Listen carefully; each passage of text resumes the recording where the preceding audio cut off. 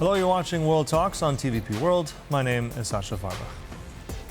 Pope Leo XIV continues his visit to Spain, which has already included a million-strong mass in Madrid, as the pontiff sets a clear focus on unity, migration, and reducing political polarization. Now, the trip combines large public ceremonies with high-level institutional meetings, including a planned address to Spain's parliament and meeting Spain's Prime Minister Pedro Sánchez on Monday. We'll now discuss the trip and its impact with Michał Kłosowski, journalist, Catholic Voices. Good to have you with us. Hello. Hello from Madrid. Yes, and good morning there to sunny Madrid. So, give us your impression. This is quite a long tour. It's really, out of Italy, the major tour for this Pope in Europe. Give us your impression. That mass, all of these people there, give us your impressions on the ground, what this visit means for Spain and for Europe. Well, I'm here since a few days watching the preparations, but also the whole visit itself, okay? And it's the only thing I can say, it's impressive, because we all possibly thought that, Spain is super secularized and the church is more historical here than alive. But the visit of the Pope put all those, ideas into brackets because 1 million people, more than 1 million people here in Madrid on Piazza di Cibeles for the Mass of Sunday.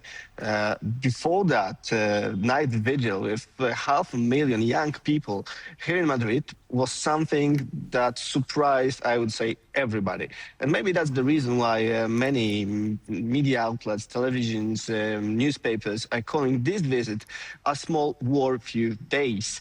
Comparing this, this visit to the last Pope's visit to Spain, which was 15 years ago, during the papacy of Benedict XVI.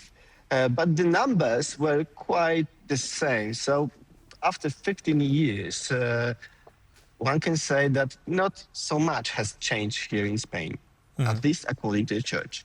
All right, not much has changed in that one sense, but the message, I think, is interesting. What do you think the Pope's message has been? We've heard some of this stuff about friendship, about unity, but how do you interpret that? What do you think the main takeaway there is from the pontiff?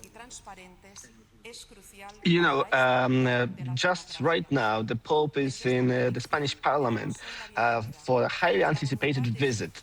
And I would say that the Pope is more than sure, and he's more than aware that it's not only a pilgrimage to Spain, because Spanish is the second language of the Church.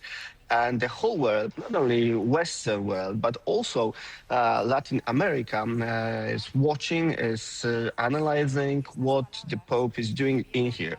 So I think that those words that the Pope said about the unity, about the radicalization, about the question of all the ideologies, far-right ideologies, far-left ideologies, is more than important for those young people in here, but also for all those people who are watching this visit from Argentina, from Latin America, Mexico, and other countries.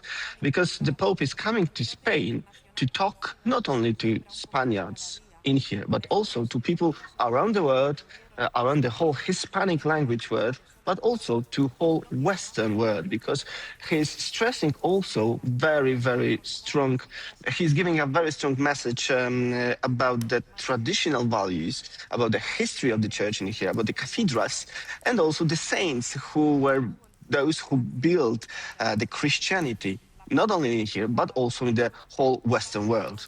Mm-hmm.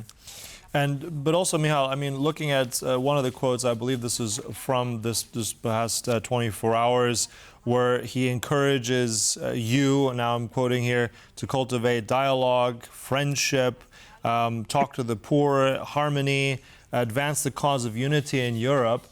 Just on the screen now as well for viewers, I've just said that he is about, the pontiff will speak to and address the Spanish Parliament just in a short while. He's also going to meet the Spanish Prime Minister.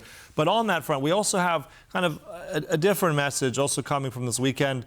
Secretary of War Pete Hegseth at the D-Day Memorial in Normandy, talking about a different sort of message about invasion of different beaches, etc. So how do we interpret these very two different types of tone here. I mean, it's no coincidence that are they addressed to each other? How does the world take these two very different messages? You know, the U.S. Secretary is a politician, and with all due respect, he has his terms. He's involved in the in policy, but he will be gone in few years, sooner or later, and the Pope will stay. So those two addresses, they are not like fighting each other's. The Pope has its own agenda, but it's the same agenda since John Paul II, you know, because the dignity of human person, each and every human being, is a core value for Catholic social teaching. It doesn't matter if it's about migration or the abortion or the people who are poor and who are in any kind of need. The human dignity is a core value of Catholic social teaching. And that's the message the Pope is saying in here. The dignity of a human person has to be the highest value for all and every society, even that polarized and radicalized as the Spanish one. Because if in Poland we are speaking that, you know, our society is super polarized and our political debate is super radicalized, in Spain here, when I, you know, read some papers, watched some news, I can say that the public debate in here is on another level of polarization. And I think that's the message of the Pope, that it doesn't matter if you are from left or right or from the middle, the human dignity is the core value for every and each policy, at least it should be. And that's the message of the Pope, that we need to remember that every conflict is a violence for the human dignity. But also, we can build dialogue. There will be disagreements, that's obvious. But what's important here is to remember that the policy and the politics in general, and it was also what John Paul II said many times, is a way to resolve the conflicts on a peaceful level, not a level of polarization and radicalization. And I think that's the message of the Pope Leo in here, that we need to remember that we can overcome those conflicts, those polarization, and build peace, a real peace, not an ideal peace, but a real peace in which any kind of conflict can be peacefully resolved.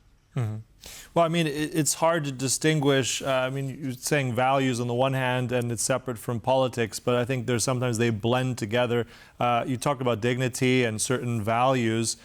So then let me hone in on one of those things, and one of the sentences that he said from about advancing the cause of unity in Europe. So is this a value? How do you interpret that message? I mean, not just dignity, but what does that mean to your mind? Well, we need to remember that John Paul II, Pope John Paul II, was one of the strongest advocates of joining Poland to united Europe, okay? And all the popes are in favor of any kind of unity, of course, a proper unity. But after the visit to Monaco, when I was also covering the papal trip there a few months ago, Pope Leo also stated very hard message that the European Union is something which is super important for whole world, okay? Because that's an example of the countries which were fight each other many years. And after Second World War, they were able to overcome all the conflicts on a peaceful level. So of course that the Pope Leo is in favor of European Union. The Vatican is in favor of this kind of democracy, the liberal democracy, which now stands against many times with much stronger ideas to rule and to govern the society. So of course that the Pope is trying to remember that also that the founding fathers of European Union were highly committed to Catholic social teaching. Robert Schuman, for example, come on.